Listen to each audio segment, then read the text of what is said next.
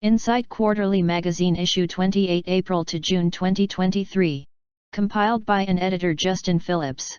Transcribed and printed by Mitra Jyothi. In collaboration with Radio Udon. Subscription Rs 100 yearly. Mitra Jyothi Digital Library. Mitra Jyothi. CA Site No. P22, 31st Main, 18th Cross, HSR Layout. Sector 1, behind NIFT College, Bangalore 560102. Phone, 080-22587623/25. Email, mj.tblibrary@gmail.com. Website www.mitrajyothi.org. Copyright Notice. This book is reproduced in accessible format for people with bona fide print disabilities by Mitra Jyothi, CA Site No. P22, 18th Cross, 31st Main, Sector 1, HSR Layout, behind NIFT College, Bangalore 560-102. Phone No. 22587623/22587625.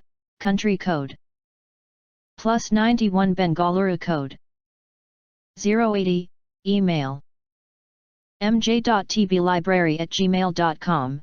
Website www.mitrajyothi.org. This book is created for distribution for the print disabled only and in accordance with the Marrakesh Treaty ratified by India on July 24, 2014 and Section 52, 1, ZB, of the Copyright Act, 1957. This accessible format production of the original publication is permitted to be used only by persons with print disabilities. Any further reproduction, distribution to any person without a print disability or any commercial use of this book is strictly prohibited and will be subject to legal action. Contents: 1. Editorial. 2. News from out and about. 3. 40 or Naughty. 4. A Letter to God. 5. The Holy Trail. 6. So Long, Farewell. 7. Cycle of Revenge. 8. Why are snails and slugs so slow? 9. Perfect Job. 10. MJ News April-June 2023. 11. Recipe. 12. News from Radio Udon. 1. Editorial. Dear readers, water seems to be the theme of these last few months. In June, the Kakhovka Dam was deliberately destroyed by the Russians targeting vast areas of Ukraine. There was considerable loss of life, land, food crops, loss to animals, and fisheries. While here in India, nature is showing her fierce side with even Yamuna breaching her banks. Waters have entered Delhi and Noida, leading to considerable damage to infrastructure, businesses, and livelihood. Himachal and Uttarakhand were not spared. Man-made disasters, often resulting from human negligence or intentional actions, can have catastrophic consequences, causing loss of life, widespread destruction, and long-term environmental damage. Natural disasters, on the other hand, stem from natural processes such as earthquakes, floods, hurricanes, wildfires, and tsunamis. Although beyond human control, these disasters can be amplified by factors such as climate change and poor land management practices. The need for preparedness. Disasters, whether man-made or natural, can have far-reaching consequences that affect every aspect of society. It is therefore crucial for governments, organizations, and individuals to prioritize preparedness as a means of mitigating the impact of such events. Adequate infrastructure, early warning systems, emergency response plans, and community education are all essential components of a robust preparedness strategy. In the case of man-made disasters, stringent regulations, safety protocols, and accountability measures must be enforced to prevent accidents and minimize their effects. Industries should prioritize the safety of their workers, implement risk management practices, and invest in disaster response training. Governments must develop comprehensive emergency response plans and ensure that resources are readily available to minimize the impact on affected communities.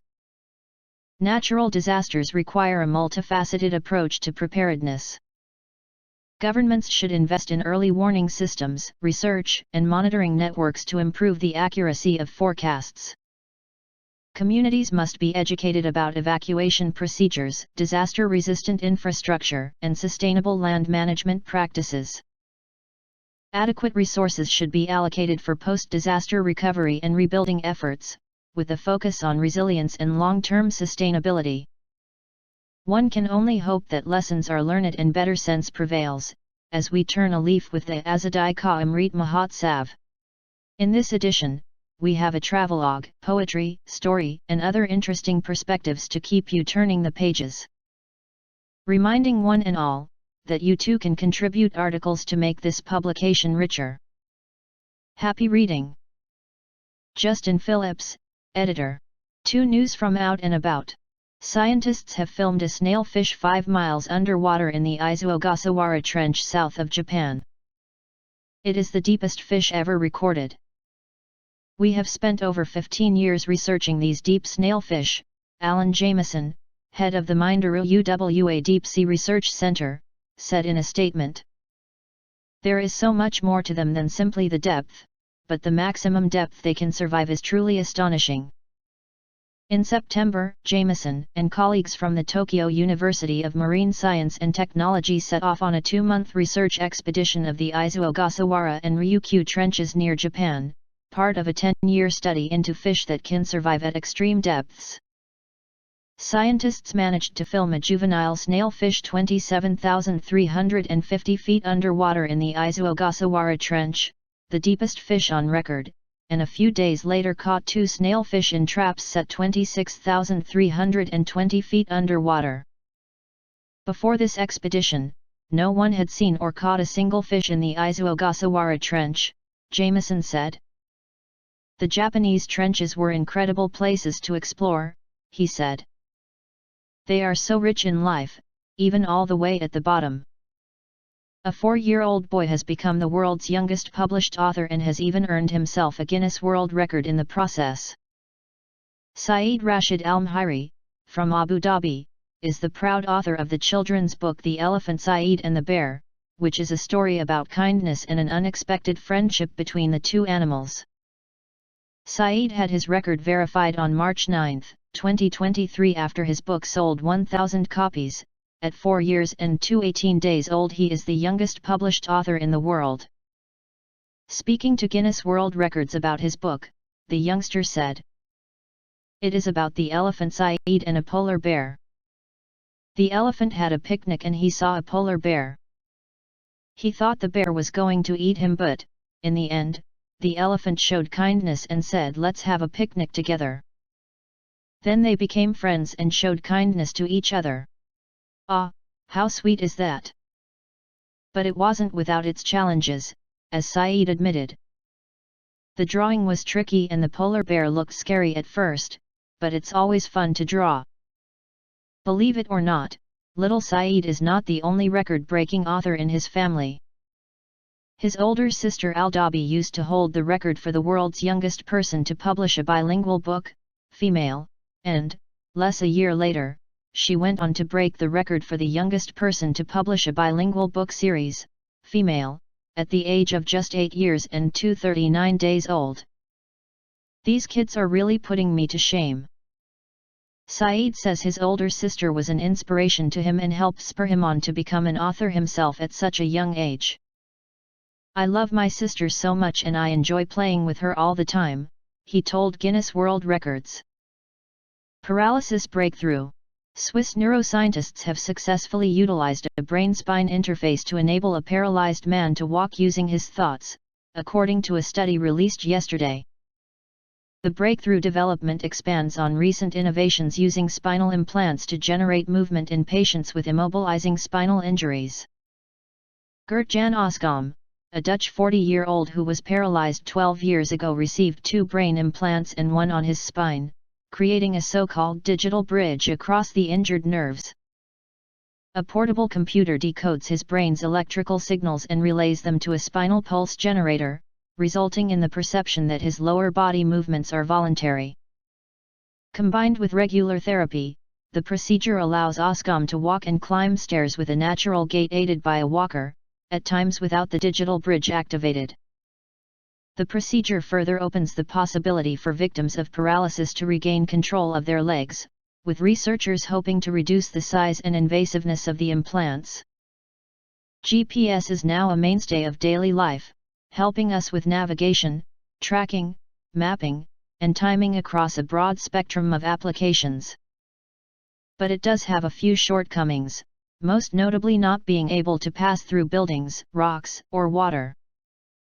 That's why Japanese researchers have developed an alternative wireless navigation system that relies on cosmic rays, or muons, instead of radio waves, according to a new paper published in the journal iScience.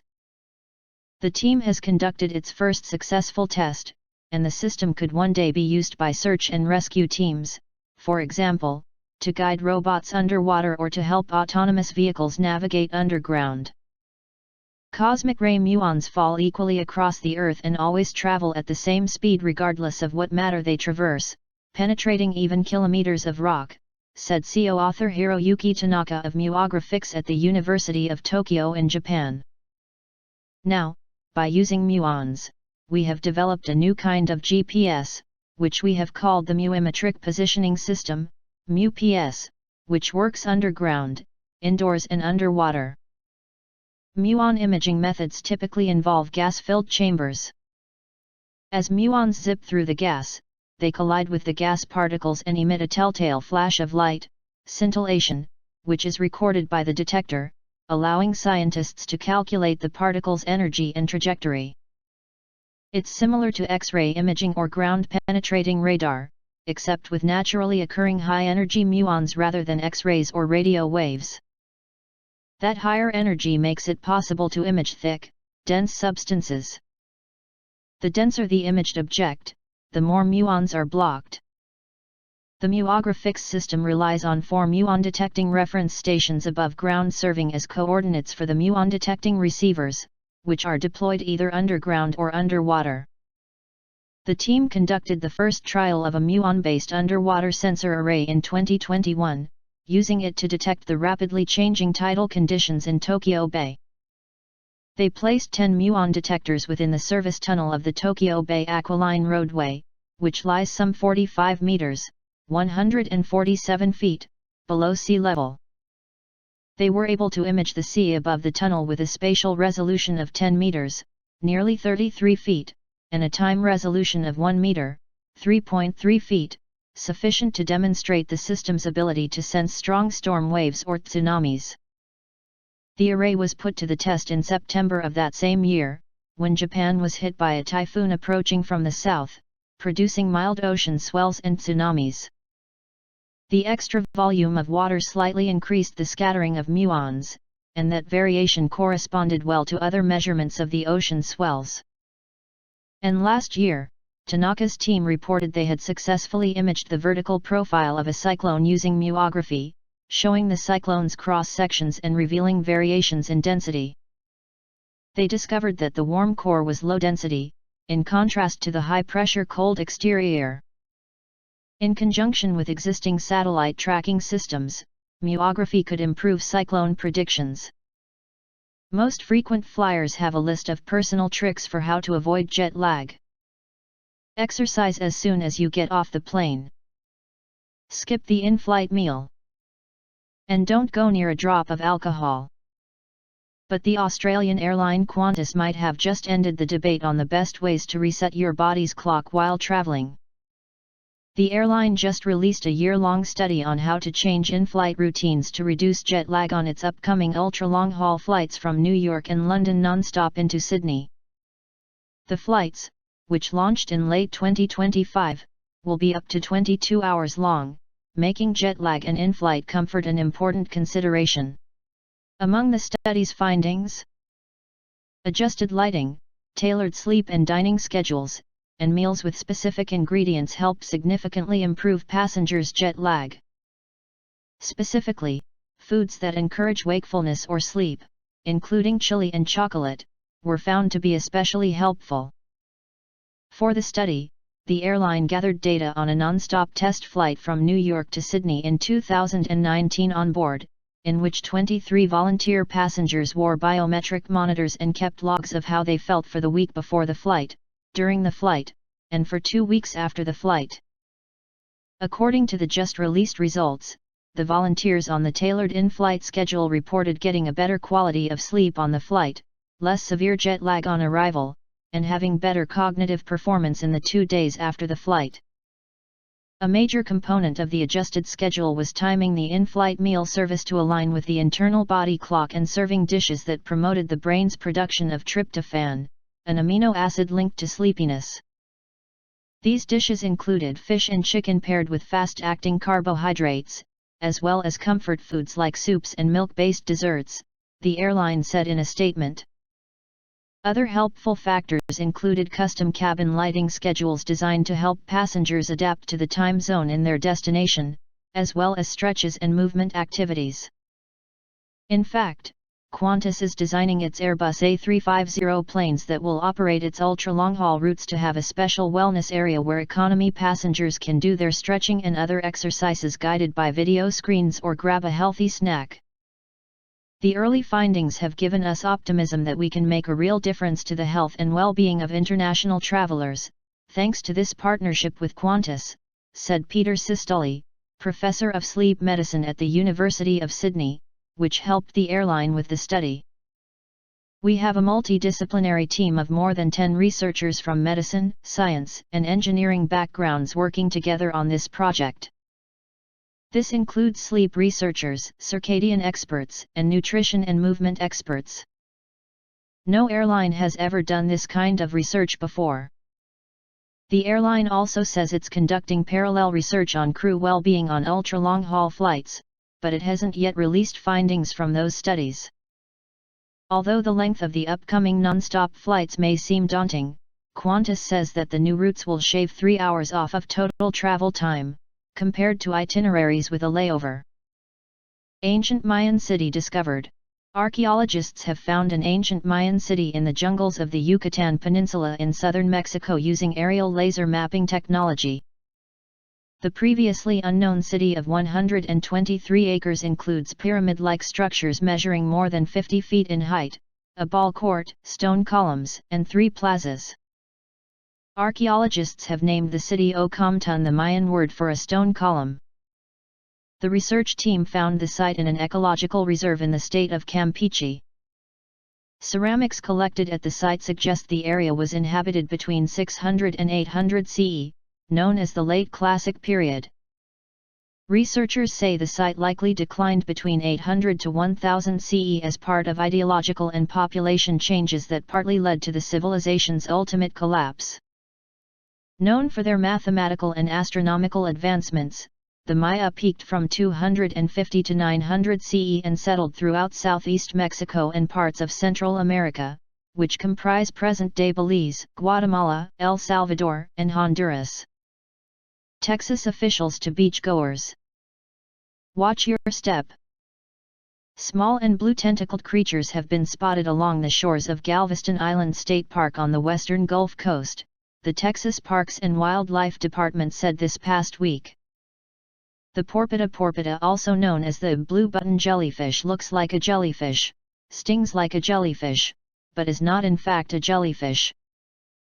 The blue button is actually a colony of many small animals known as hydrozoan polyps, according to the American Museum of Natural History. When you find one, look but don't touch, reads a Facebook post by the local chapter of the State Wildlife Department's Master Naturalist program. The blue button isn't deadly to humans, experts say, but the stinging ends of its tentacles can cause skin irritation. In case you need another reason to leave them alone. The creatures release their waste through their mouth. The blue button has 2 main parts. The inch-wide center button keeps the organism afloat, said the Natural History Museum. The hydroid colony makes up the tentacles. Texans can expect to see more in the coming weeks. Turquoise blue button sightings along the Galveston Bay coast are most common in the summer months, according to the naturalist group. The organisms are attracted to the shore, where they feed on free-floating plankton. A handful of people commented on the Texas Parks and Wildlife Department's post saying they had seen the marine animal on local shores recently. They look beautiful, one person wrote.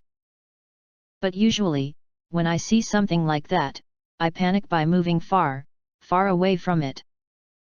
340 or naughty. I know I am 40 and you are not even 30. I know you are calm and responsive and I am so fierce and frosty. I know you and I are both the same, even though you are roasted almond dairy milk silk and I'm overpriced soya milk. I know the path we are walking on, in most eyes are very wrong. But friendship and fondness for each other is only getting strong. I know what we are living and creating is very tricky. But isn't love and friendship supposed to be always risky? I know of those social rules that we need to follow. Alas! What do I do? Nowadays relationships are all so hollow. I know. No matter how much we try, fondness is only increasing and not going away. No matter how much things change, what we're creating is not going to stay. I know only one thing. Life without you is nothing. Purna Sabdi. For a letter to God. Hello, my dear God. I am aware that you are amazingly happy there. I would like to tell you not to worry about me because I am blessed and happy here. I am a blessed human being of your creation. I would love to share with you today realization that I am feeling so grateful you have kept me alive today. Where so many souls have left their bodies today or so many met with an accident at this moment, I am experiencing this day with all of my senses. I am so blessed, for you have given me this amazingly beautiful body that is working very powerfully. I am also blessed as all my organs are working perfectly. I am grateful for a smile on my face which makes me look quite beautiful. Please God, give smiles to those around me and bless them. I know that you always listen to me, which is why I beg of you to bless my friends, family, teachers, and relatives with happiness. I am so blessed for I have strong legs which makes me stand and face the battles of life. And thank you for the arms which are working wonderfully, helping me work the whole day, and efficiently operate my computer or mobile. What a pleasure! I can touch my own face, oh God. You are amazing, and you have given me such an amazing life with love and laughter. Beautiful relationships surround me. They care for me, guide me, help me, and support me unconditionally. I am aware that you have sent them to me. Thank you. Thank you. You are amazing, you are beautiful. I love you, God. I am grateful to you. I am so happy with my life. I will always follow your footsteps to achieve success. I know that you always give me intuition, which I tend to follow to get success. You have given me so many things. This beautiful nature of yours provides me with everything. This is amazing. You know what? Everybody values me, respects me, loves me, appreciates me, and guides me. Thank you for your divine blessings. I completely trust you, and now I surrender everything to you.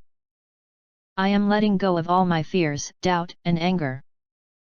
I am ready to enjoy my life with lots of fun, love, and laughter. I am waiting for your next guidance. Love you. Bye. Irisha is a writer and a podcast host who enjoys poetry recitation. She loves to influence and motivate. 5. The Holy Trail. In 2022 my father's family planned to visit Kashi in the month of November, Karthika in the Telugu calendar. Realizing that Kartika was very auspicious in Kashi and would probably be crowded, they planned a trip between the 25th of July to 4th of August. As it was Ashada, it was going to be less crowded. While we all started from Bangalore, my father's brothers and sisters' families started from Visakhapatnam on the same day. This was an unexpected trip for me. In the Rigveda, an ancient Indian sacred collection of Vedic Sanskrit hymns, the city is referred to as Kasi, Kashi, from the Sanskrit verbal root kas to shine, making Varanasi known as City of Light, the luminous city, and as an eminent seat of learning. Varanasi, or Banaras, also known as Kashi, is one of the oldest living cities in the world. Varanasi's prominence in Hindu mythology is virtually unrevealed. Created by the confluence of the Varana and Aci rivulets with the holy river Ganges, Varanasi is one of the most revered cities in India. Believed to be one of the most ancient towns in India, Kashi is believed to be at the center of the Hindu doctrine of cosmogony. If Kashi is at the heart of Hinduism, then Kashi Vishwanath Temple is the heartbeat of this godly land. This divine sanctuary is one of the holiest lands that are known to exist in the country. In fact, so sacred is this shrine that it finds mention in the Skanda Purana, which is an ancient Hindu scripture. Devoted to Lord Shiva, this temple is frequented by throngs of Hindus every day owing to its popularity. Legend has it that one fine day, Lord Brahma, the Hindu deity associated with the act of creating the universe, and Lord Vishnu, the Hindu god responsible for maintaining tranquility and harmony on earth, had a tussle concerning the supremacy of their creative powers. In order to evaluate their powers, Lord Shiva pierced the three worlds with striking force in the form of endless support of light, the Jyotirlinga. This battle culminated in the defeat of Vishnu as Brahma had cunningly lied that he had a premonition that Vishnu had lost. Upon learning about this deception, Shiva appeared as a second pillar of light, cursing Brahma that he would not enjoy the prestige of being worshipped during celebrations while Vishnu would be worshipped till the end of time.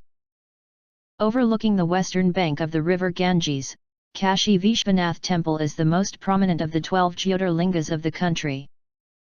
The others include Somnath, Gujarat, Mallikarjuna, Andhra Pradesh, Mahakaleshwar, Madhya Pradesh, Omkareshwar, Madhya Pradesh, Kedarnath, Uttarakhand, Bhimashankar, Maharashtra, Trimbakeshwar, Maharashtra, Vaidyanath Jyotirlinga, Deoghar, Jharkhand, Nageswar, Gujarat, Rameshwar, Tamil Nadu, and Krishneshwar, Maharashtra. Another interesting facet of this temple is the fact that it has been marred by several atrocious events in history. It was completely demolished by Qutb-ud-Din Aibak in 1194 CE. While it was rebuilt during the reign of Iltutmish, it was demolished again during the reign of Sikha-Ndar Lodi and later during Emperor Aurangzeb's crusader activities to propagate Islam. It is remarkable to see how this temple has stood the numerous tests of time and stands in all its glory. We stayed for 10 days in Kashi. There are 5,000 important places in Kashi. I will explain those places we have visited. In Kashi, the first port of call was to have the darshan of Kal Bhairav. Without his will, one cannot step in. It is known as the most ancient temple of Varanasi and is located near the Visheshwar Gange. God Kal Bhairav is believed to be the Kotwal of Sati Pind. Without his permission, no one can even touch the Sati Pind. The temple is open between 5 am to 1:30 pm and 4:30 pm to 9:30 pm. History of the Kal Bhairav Temple. Long ago many great saints went to the Sumera mountain in order to know from Lord Brahma who was the eternal and supreme power. Lord Brahma stated that he was the superior person. Lord Vishnu, also known as the Yagishwar or Narayan, did not agree with the quick and impudent decision of Lord Brahma. Both Lord Brahma and Lord Vishnu went to the 4 Vedas for the answer to the same question. Rig Veda answered that Rudra is supreme as he has the power to control all living beings. Yajur Veda answered that Lord Shiva is supreme as he could be worshipped by various yagnas, yagam. Sam Veda declared that Triambakam is supreme as he is worshipped by a variety of yogis and can control the entire world. Atharva Veda answered that Lord Shankar is supreme as he can eliminate all the troubles of human beings. All 4 Vedas declared that Lord Shiva is the ultimate supreme. Both Lord Brahma and Lord Vishnu laughed at the decision of the Vedas. Soon, Lord Shiva came as a powerful divine shine in their midst. Lord Brahma was staring very angrily at that shine with his 5th head. Lord Shiva instantly created the new being, Kal Bhairav. Lord Shiva said that Kal Bhairav would forever be in Kashi in order to remove the sins of the disciples. That's why Kal Bhairav is also known as Pop Bukshak. In the meantime, Kal Bhairav plucked the burning head with the anger of Lord Brahma, and devotees started praying to Lord Shiva. Lord Shiva said to Kal Bhairav to go to various places, but Brahmahatyadasha was following him everywhere. Finally, he reached Kashi, also known as Mokshapuri in the world. Brahmahatya was finally vanished, for as soon as Kal Bhairav entered Kashi, the Lord Brahma's head, held by Kal Bhairav, fell to the ground known as Kapil Mokan, and the place became famous as the Kapil Mokan Tirth. From that day onwards, Kal Bhairav stayed at Kashi forever and protected devotees from their problems. In this temple, after darshan, the priest will beat you with a stick. Whoever can take this punishment can escape from Yama Dandana. After having the darshan of Kal Bhairav, one can go to other temples. Kashi Annapurna. The story of Devi Annapurna. It is believed that goddess Parvati resides in the form of Devi Annapurna in Lord Shiva's city of Kashi, Varanasi, where she herself gave alms to Lord Shiva when he sought her blessings for the well-being of the people of Kashi. Once Shiva commented that the entire world, including food, is Maya, illusion. Parvati, the goddess of food, got angry and decided to demonstrate the importance of food by making all the food on earth disappear. The world started to suffer due to hunger. Shiva finally came to Parvati and acknowledged the importance of food, begging for food at her door. Parvati became happy, offered food with her own hands to Shiva, and then made a kitchen in Varanasi for her devotees. In this temple, one can see the golden idol of Annapurna giving food to Shiva. One important place in this temple is where Sri Bhaskaracharyulu wrote Bhashyam to Lalita Sahasram. At that place, a Sri Chakra has been installed. People will sit and read Lalita Sahasram here. Kashi Visalakshi is yet another important place. Here there are two idols, one is Swayambhu and the other, installed. People will read Durga Kavacham and Durga Kajamala. Huvarahi. As this goddess is very powerful, one cannot have darshan directly. From the first floor they made two windows. From one, you can have darshan of the feet, and from the other window, you can have darshan of the face. The goddess looks very fierce.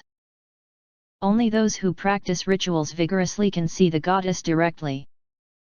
Legend says the goddess visits the whole city during the nighttime and protects it.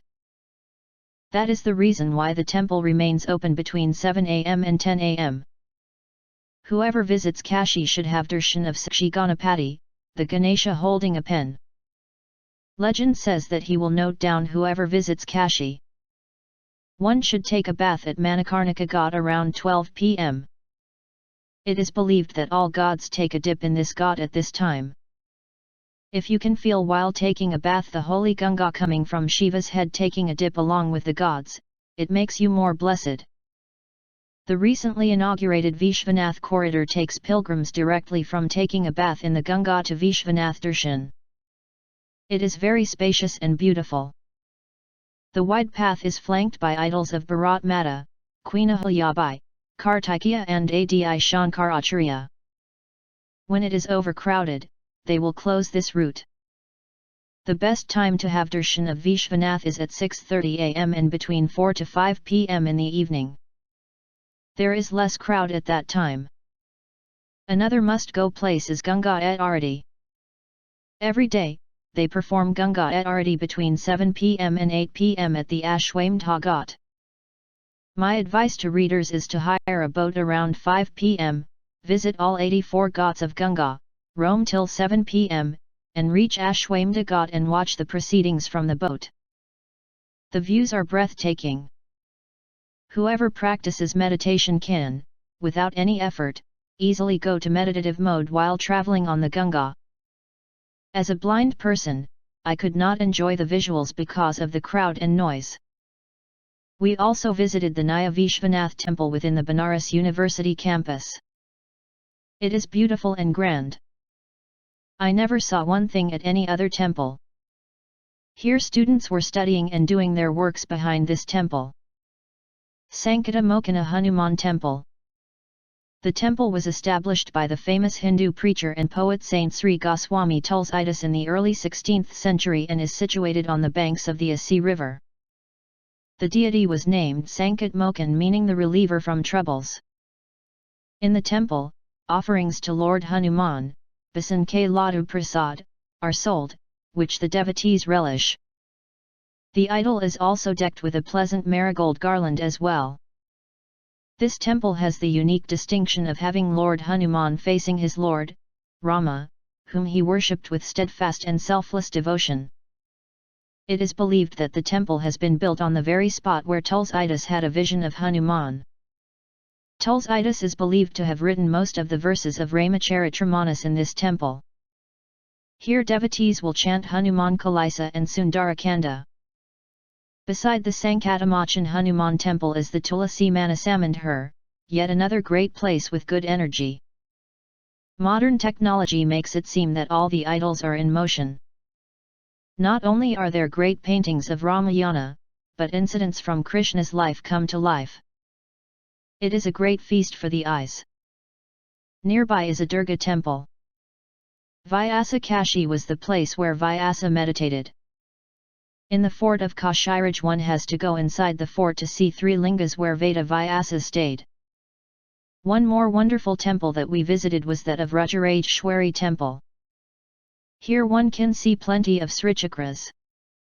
Nice place to meditate. There is a golden Rajarajeshwari idol along with plenty of salagrams. I liked this place very much. Kadi Bai temple was another temple that we went to. She is the sister of Kashi Vishweshwara. Manamandhar temple, constructed in Corona time, has 108 lingas and many more beautiful idols.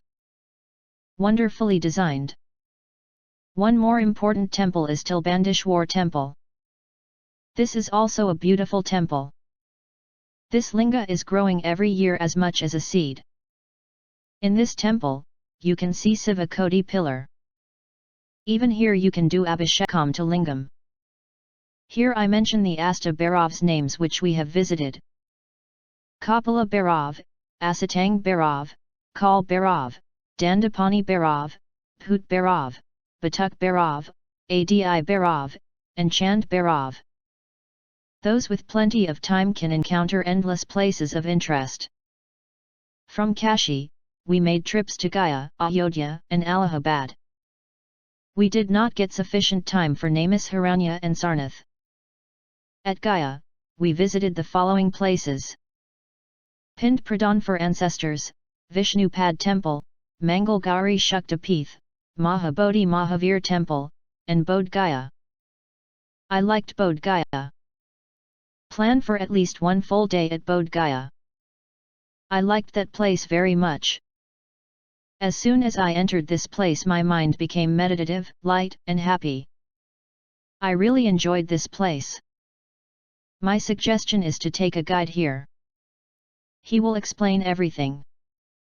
Many monasteries belonging to Sri Lankan, Chinese, and Japanese can be found. I cannot explain in words how much I liked this place in words. Even females can perform Pinda Pradhanam here. At Ayodhya, we visited the temple construction workplace and saw the model of the temple, bell, idols of Rama, Lakshmana, and Sitha, Sri Rama Darbar, Hanuman temple, Kanaka Bhavan, Kaikai giving gift to Sitha Mata, Sri Rama Janmabhoomi place, idols of Rama Lakshmana Bharat and Kshetrapan which is supposed to be shifted to a new place after temple construction, Hanuman temple, and Hanuman sitting on Anjani Mata's lap. The Prime Minister also visited this Hanuman temple at the time of the inauguration of the Ram Mandhar. I really enjoyed the Triveni Sangam bath at Allahabad. One has to go into the river by boat. After reaching Sangam, we walk from our boat to another boat. They will position 3 boats and in the middle, they will fix a wooden plank. One has to jump onto the wooden plank and take a bath. I really enjoyed this bath. This trip was nourishing to the body, mind, and soul. Soon it was back to reality. Recalling this trip brings waves of bliss even to this day. Hema. 6 So long, farewell. Physicist John Goodenough. Born in Germany to American parents, Goodenough grew up in an educated family. His father was a professor in the history of religion at Yale. His brother Ward Goodenough was an anthropologist at the University of Pennsylvania. His half-sister Ursula Goodenough is an emeritus professor of biology at Washington University in St. Louis, and half-brother Daniel A. Goodenough is an emeritus professor of biology at Harvard Medical School. Before serving as a U.S. Army Air Corps weatherman in World War II, Goodenough earned a degree in mathematics, summa cum laude, from Yale. After reading Science and the Modern World by Alfred North Whitehead at the conclusion of his time at Yale, it seemed to me that much of the intellectual ferment of my generation would be in science. And physics provides a fundamental foundation for science. If there was to be an opportunity to go to graduate school after the war, I felt that night that I should study physics. He rose to captain in the Army and was told he was selected to keep his rank and attend the University of Chicago School for a master's and Ph.D. in physics. He did this despite significant dyslexia. I never was a good reader, and through my school years, I worked hard to cover my deficiency, he said years later. I also had a deep sense of insecurity that only lifted slowly as I grew older. At Chicago, one of his professors was John Simpson, who was a group leader on the Manhattan Project. When I went to register, Professor Simpson said to me, "I don't understand you veterans. Don't you know that anyone who has ever done anything significant in physics had already done it by the time he was your age? And you want to begin?" He went anyway, and after graduating he spent 24 years as a research scientist and team leader at MIT's Lincoln Laboratory, where he was to use a computer for his work. In 1952, the digital computer ran on vacuum tubes and filled the space of a large dance hall. But it had no memory, he said. MIT's J. Forrester had invented random access memory RAM, but its inability to switch the magnetization direction fast enough hindered operations. Goodenough was assigned to a team to fix that, and he made fundamental discoveries to make it possible. Apparently there were still significant things to be done with physics. J. Forrester called the team into the office to ask, "Now that you have worked yourselves out of a job, what are you planning to do?" I came up with the idea of a magnetic film memory in which all the individual atomic moments would switch simultaneously rather than sequentially. On paper, it promised to increase the switching speed 1,000-fold. However, magnetic cores could be made smaller, and the realization of reliable switching of films meant slowing their switching time. Since the film technology was more demanding, the eventual difference in switching speeds was not great enough for a move to magnetic films except for a few niche operations. With the advent of fast transistors that could be miniaturized, the whirlwind digital computer and its magnetic memory became obsolete, but this technology was a critical step in the evolution to today's supercomputers and laptops. And Goodenough was far from being out of ideas. At Lincoln Laboratory in 1970, I turned my attention to the problem of renewable energy and energy conservation. It was obvious already in 1970 that our dependence on foreign oil was making the country as vulnerable as the threat of ballistic missiles from Russia. But, he continued, we were told that we were an Air Force laboratory and that energy was to be the domain of the national energy laboratories and of industry. Politics, not potential productivity, is the bull in the china shop of science administration. It was a discouraging moment, and I realized it was time for me to leave Lincoln Laboratory. Goodenough moved to the University of Oxford to head the inorganic chemistry lab, where he perfected the chemistry of lithium-ion batteries, allowing enough power to be delivered by small, lightweight batteries to lead to revolutions in electronics, such as smartphones and laptop computers. Did he get rich? He was working with AERE Laboratory in Harwell, a town near Oxford, whose lawyers would not proceed unless we signed all our rights away. Not knowing either the full potential of our invention or any other option, we signed our rights away. Sony used their lithium-ion batteries to power the first cell phone. Aeri Harwell received many millions of pounds. We received nothing, he said. However, the joy of having helped to enable a technology that has transformed for the better so many lives is reward enough. In 1986, he returned to the U.S. to teach and research at the University of Texas at Austin, where he worked in mechanical, as well as electrical and computer engineering. His research especially focused on improving batteries for electric vehicles, getting back to not just reducing our dependence on foreign oil, but we have to, in the near future, make a transition from our dependence on fossil fuels to a dependence on clean energy, he said. So that's what I'm currently trying to do before I die. And, he added, I think we're on the cusp of being able to do it.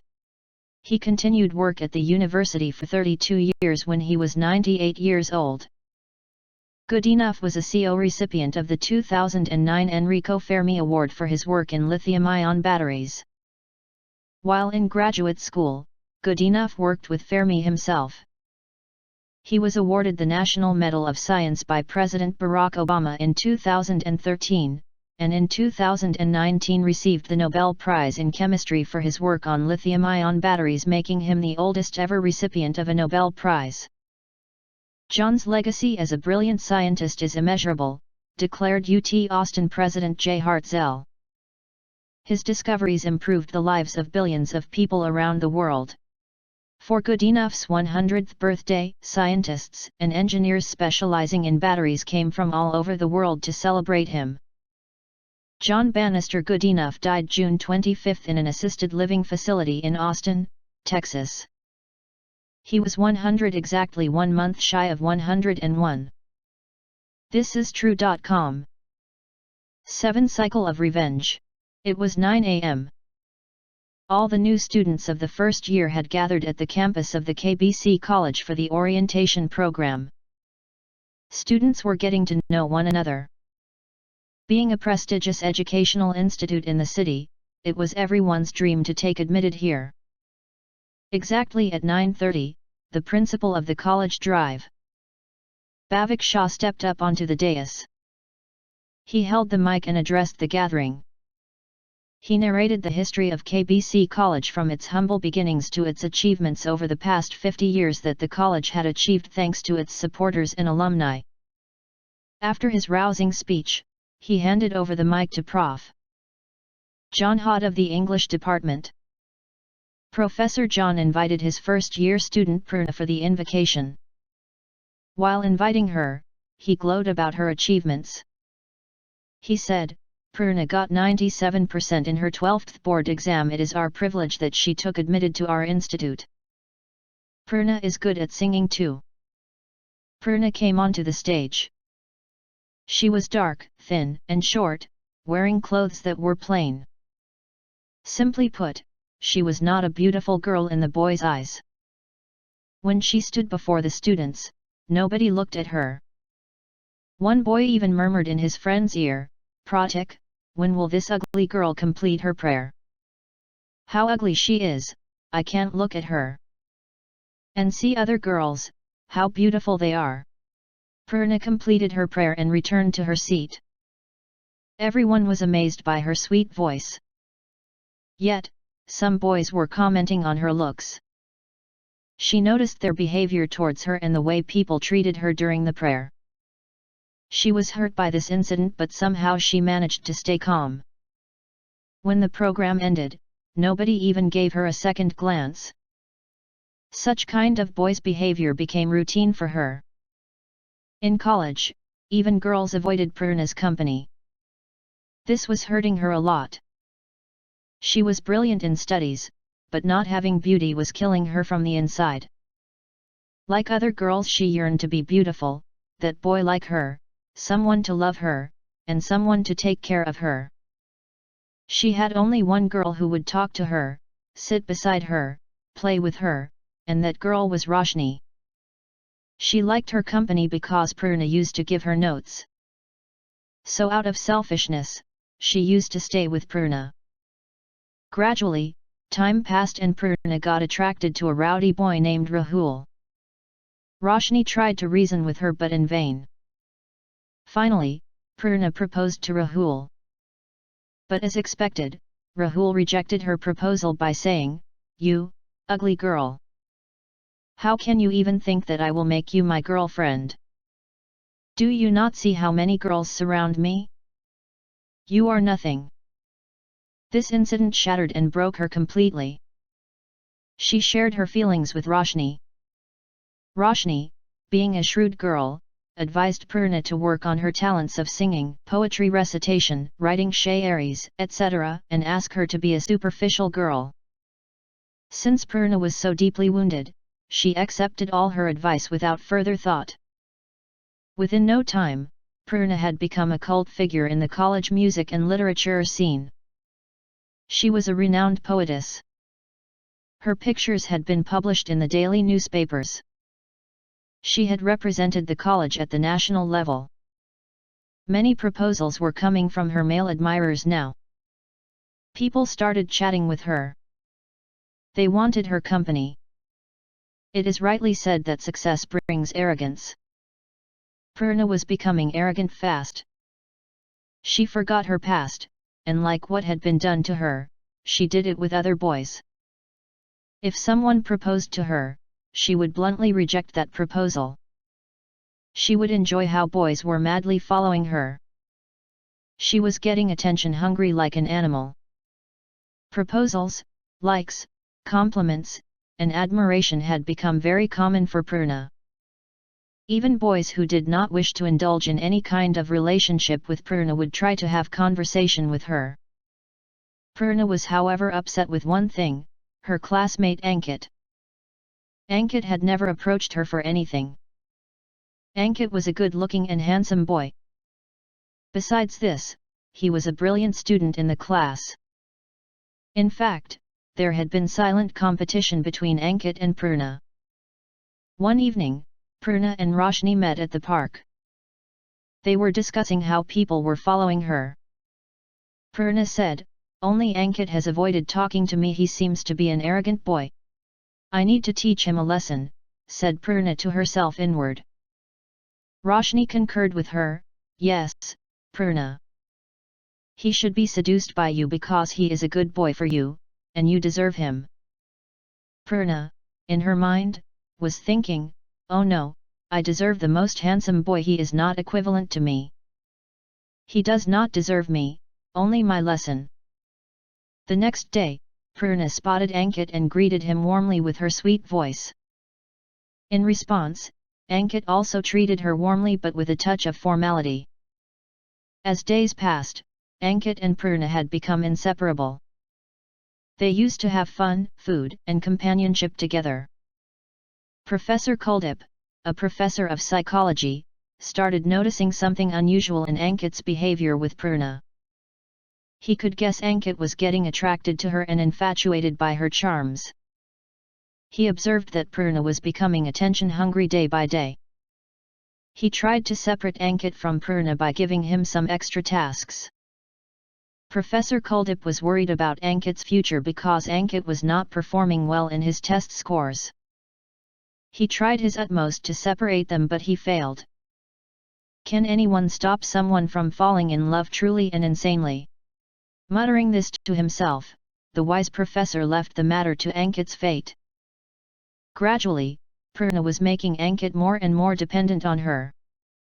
She was exploiting Ankit's weaknesses. Ankit, who was once brilliant and self-disciplined, had become an emotional puppet of Purna. Purna judged that her aim of teaching a lesson was over. So it was time to leave Ankit because now Ankit was helplessly in love with her. Purna started deliberately keeping a distance from Ankit. Whenever Ankit asked for a reason, she would say that she was not well, her father was ill, her mum was cautioning her to stay away from boys, etc. This was a shocking turn of events for Ankit. She would only message him once a day. Ankit was becoming more desperate to meet Purna, but she would always come up with excuses to avoid meeting him. Day by day, Ankit's mental health was deteriorating. He was not able to seek any professional help. Finally, he decided to propose to Purna. He called her and asked for a meeting. Initially, Purna resisted, but when Ankit forced her to come, she relented. It was 6 p.m, and the setting sun was playing hide and seek with the clouds. There was a slight drizzle, yet nature was so alive. Ankit was however very dejected and gloomy. He was aware of the fact that Purna was not going to accept his proposal. He was sitting under a tree, and tears were gushing down his cheeks. Suddenly, Purna entered the garden. Rushing towards Ankit, she spoke very strictly and with anger, "Speak, Ankit, I am not free. I am busy with my final rehearsal. Do you not know tomorrow I am going to national level competition? Do you not realize how much work I have? Now tell me, why did you call me here? Dear Purna, I love you. So what? Everybody likes me. What was the need for calling me here? You are not the only one who loves me. I have many friends like you. In fact, I have 1,700 contacts on my phone. Do you not know?" said Purna, with pride. Finally, Ankit remonstrated that he insanely loved her. Purna got angry and said, "Ankit, how can you even think about this? See where you are and where I am. You are good for nothing. We were just friends, Ankit, not even best friends. I had never thought of you in this way. And listen, we are friends no more. Do not think about me. Goodbye forever." Saying this, she immediately rushed to the exit. Ankit was helpless, yet he came to a firm conclusion. The setting sun was witness to the setting of another sun. Gwarang Shri Mali, 8 Why are snails and slugs so slow? Wander through your backyard or walk along a stream and it's likely you'll see a snail, small, squishy animals with shells on their backs. Snails are found in water, whether in salty oceans, rivers, or lakes. They're also on land, in forests, grasslands, and even your garden. As you explore your yard or woods, you can also encounter slugs, which are slow-moving animals related to snails. They look like them too, except that slugs lack shells. Not only can you find slugs crossing sidewalks or on plants at the park, some are in our oceans. All told, an estimated 240,000 species of snails and slugs live all over the world. But no matter what continent they're on, or what ocean they're in, there's one thing they all have in common. They move slowly. Here's an example of just how slow they are. The World Snail Racing Championships, held in the United Kingdom, pits the quickest snails against one another in a foot race. The fastest snail on record sped through the course at a blazing 0.06 miles per hour. Or to look at it another way, if you were that slow, it would take about 3 minutes to get a bite of food from your plate to your mouth. Mollusks are everywhere. Why is it that snails and slugs are in no hurry? As researchers who specialize in the study of plants and animals, we've learned the answer is more complicated than you might think. Snails and slugs are members of a large group of related animals known as mollusks, which also includes clams, oysters, squids, and octopuses. Within mollusks, there's a smaller set of related animals called gastropods. This includes snails and slugs. Because they live in such diverse places, different gastropods have evolved to consume almost every type of food. Some species are herbivores, they eat living plants. Some are detritivores, they feed on dead or decomposing plants. Others are carnivores or scavengers, they eat other animals. The reasons for slowness. The lack of speed of snails and slugs can be attributed to at least 3 factors. How they move, what they eat and what eats them. First, while some animals fly, jump, or slither, snails and slugs move using what biologists call the ventral foot. But the word foot here can be confusing. A snail or slug foot is nothing like a human foot. Instead, it's a band of muscle that runs along the underside of the body and is covered in sticky mucus. When contracted, this muscle ripples, sending tiny waves from the animal's tail to its head. These waves compress the mucus on the bottom of the foot into a slippery liquid, allowing the snail or slug to glide over the ground or climb plants. It's a unique way to move, and it forces snails and slugs to go slowly because their speed is limited by the number of foot contractions and the amount of mucus they can make. And snails and slugs don't need to rush to find their food anyway. Many animals, particularly predators, must move fast to catch a meal. A cheetah needs to outrun a gazelle, for example. But most slugs and snails eat plants, decaying matter, or marine animals, like sponges, which are anchored in place. None move around much, so dinner's not going anywhere, no rush. Dealing with predators. Nor do snails and slugs need to be fast to avoid predators. They've evolved other ways to evade mice, birds, shrews, and other enemies. Typically, snails withdraw into their shells to hide until the predator passes. Land slugs hide in plain sight. Most are shades of gray, tan, or brown and blend in well with their surroundings. Predators simply don't notice them. They also have an additional layer of protection. Land slugs are covered with sticky mucus, similar to the mucus that lubricates their movement. But this version is so gooey that it can gum up the mouths of predators and make it hard to chew. Not to mention that most predators probably wouldn't find the slime very tasty. In contrast, sea slugs are often easy to see because they are colorful. But these bright colors advertise to predators that they should stay away because the slugs are protected with nasty-tasting poisons. The colors and patterns on the shells of some snails are stunning. Treat snails and slugs with respect. Snails and slugs, small as they are big contributors to the health of their ecosystems. By feeding on seeds and young plants, they can control which plants grow in an area. By eating decaying matter, they help recycle nutrients that growing plants can use. And despite their best efforts, snails and slugs do often become food for other animals. So the next time you see a snail or slug hanging from a plant, dawdling in your yard or gliding across a concrete sidewalk, stop and observe. Remember its remarkable biology, the unique way it moves and looks, and the many ways it benefits the environment. And then, let them be. These small animals help keep our world running. 9. Perfect job. I forgot to turn off the lights in my car and killed the battery. It was a late Friday morning, I'd slept in after a late night out. I was an unemployed teacher, newly divorced, with no health insurance, fighting against admitting that the pains in my legs were sciatica due to ruptured discs that needed surgery. The plan was to get away for a few days, take my kayak up to Canada, and go camping on a remote island. Think about life. Run a few rapids. Hike a little. Try to ignore the pain in my body, the emptiness in my soul, and the lack of a real future. I'd packed everything the afternoon before so I could just get up and get on the road, so I was very annoyed when I turned the key and didn't even get a click from the starter. I tried the lights, nope.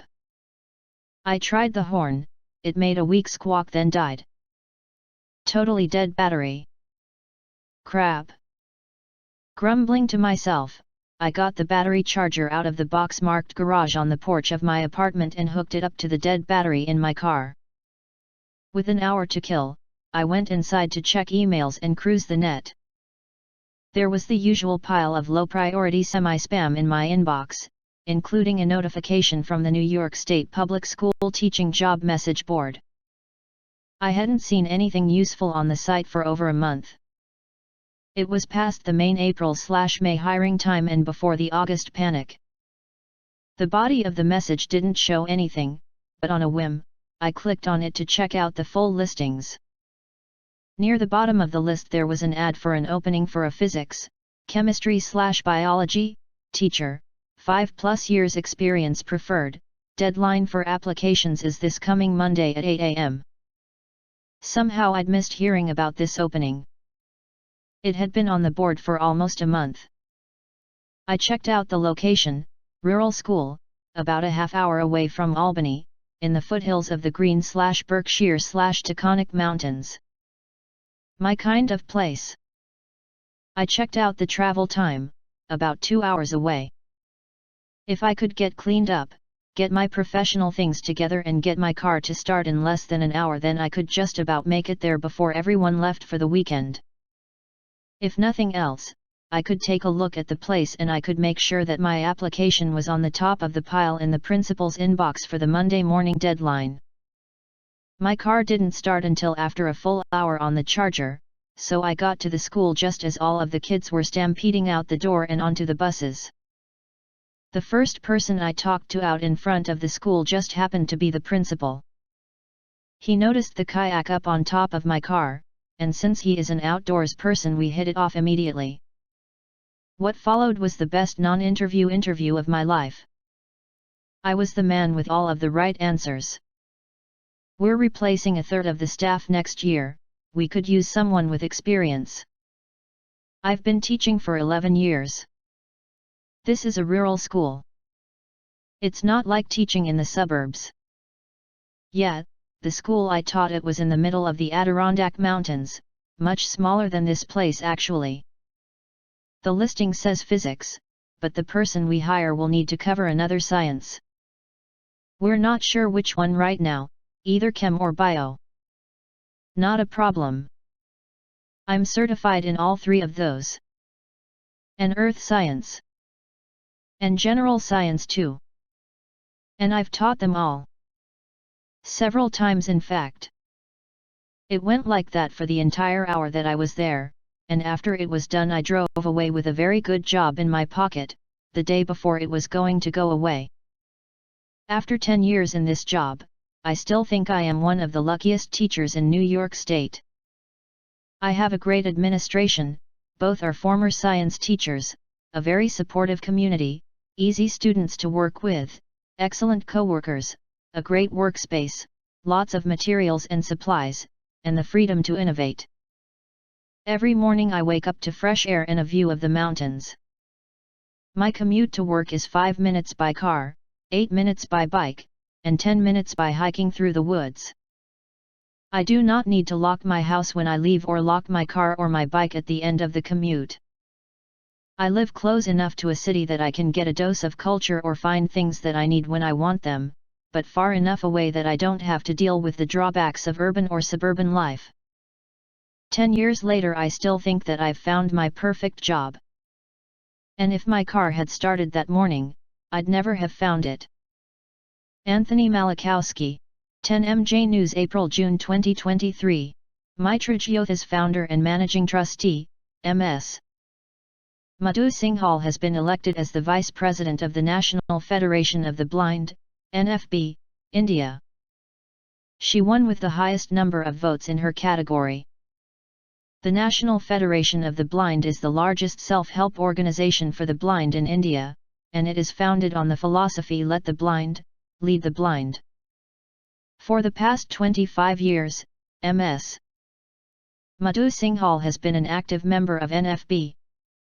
She has participated in the World Blind Union and Asian Blind Union as a member of NFB.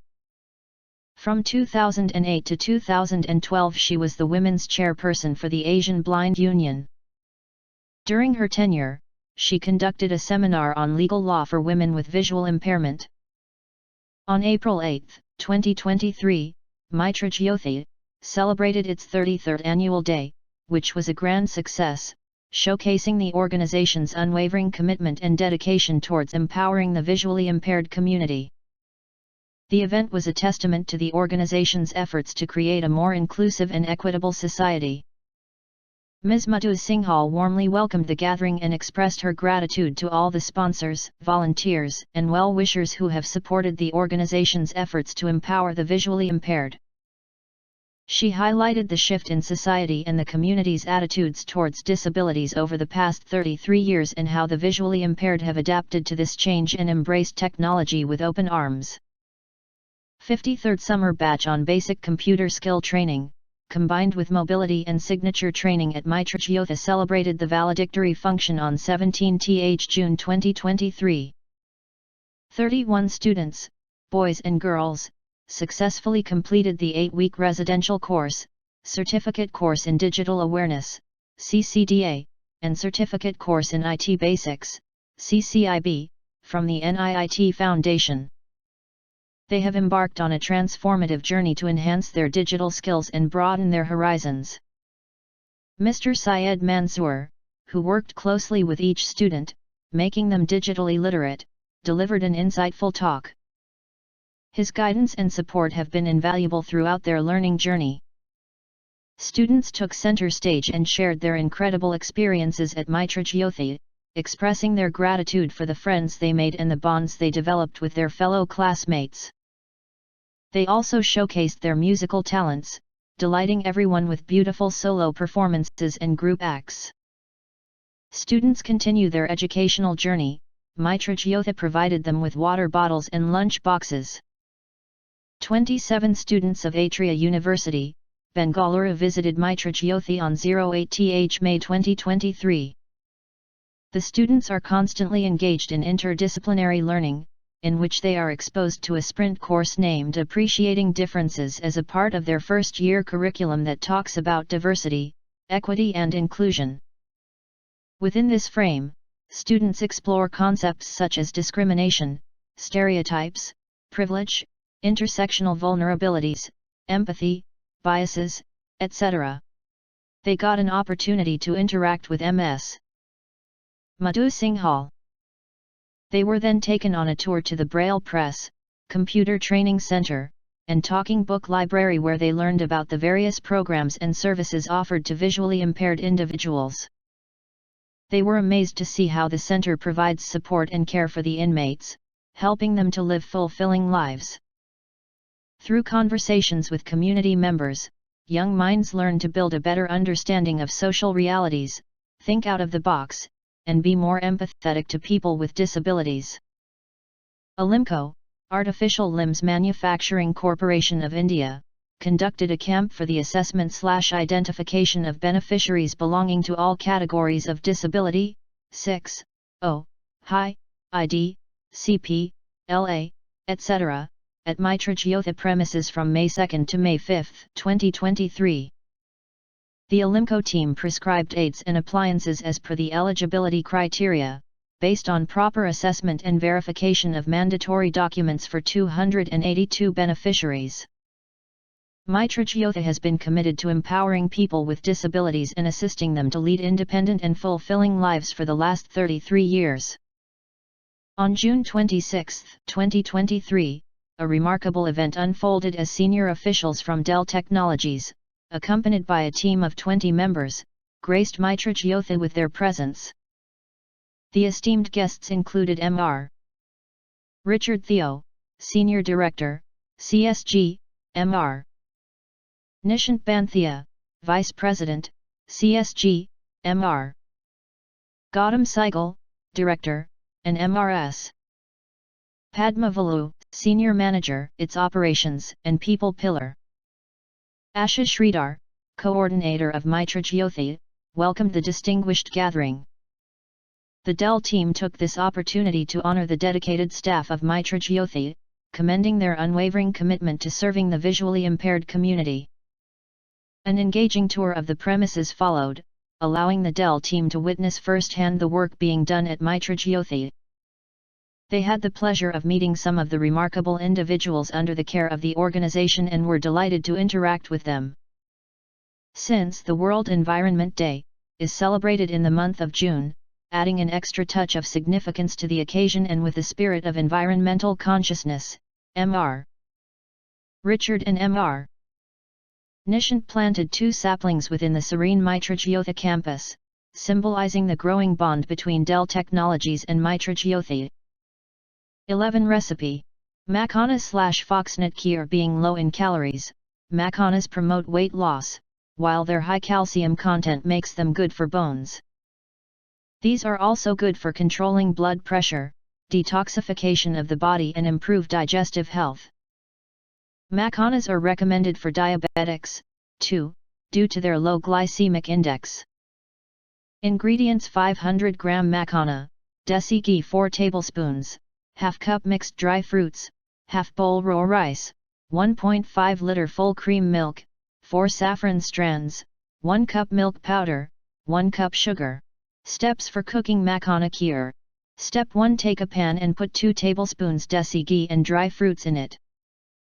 Cook it for 1 minute on medium flame. Step 2: take out dry fruits on a plate. Put 500 gram foxnuts/macana in the same pan and roast it for 2 minutes on medium flame. Step 3: take out macana on a plate. Put 2 tablespoon ghee in the same pan and half bowl of raw rice in it. Roast it for 1 minute on medium flame.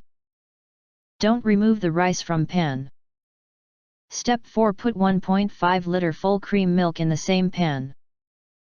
Stir it well for 4 minutes on medium flame and then add roasted macana, 4 saffron strands, 1 cup of milk powder and 1 cup of sugar.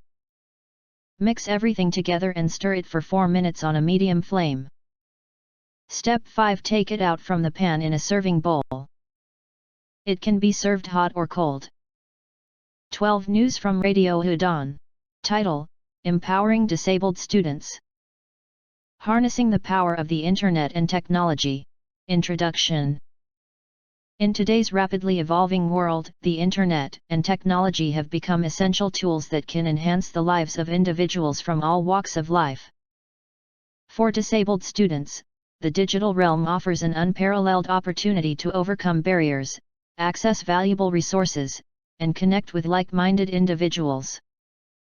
By actively engaging with online platforms, subscribing to relevant mailing lists, joining supportive communities, enrolling in technology-focused courses, and seeking assistance from NGOs, disabled students can harness the power of the Internet to unlock their potential and thrive in their educational journeys. Utilize the Internet. A world of knowledge at your fingertips. Disabled students should make the most of the Internet by dedicating time to exploring its vast resources. Spending at least an hour a day online can help them access educational materials, research topics of interest, and stay updated with the latest advancements. By leveraging search engines, online libraries, and educational websites, disabled students can gain a wealth of information that can enrich their learning experiences. Subscribe to mailing lists for the disabled. Access India, Say Everything, and beyond. To tap into the collective wisdom of experienced individuals in the disability community, subscribing to mailing lists tailored for disabled individuals is crucial.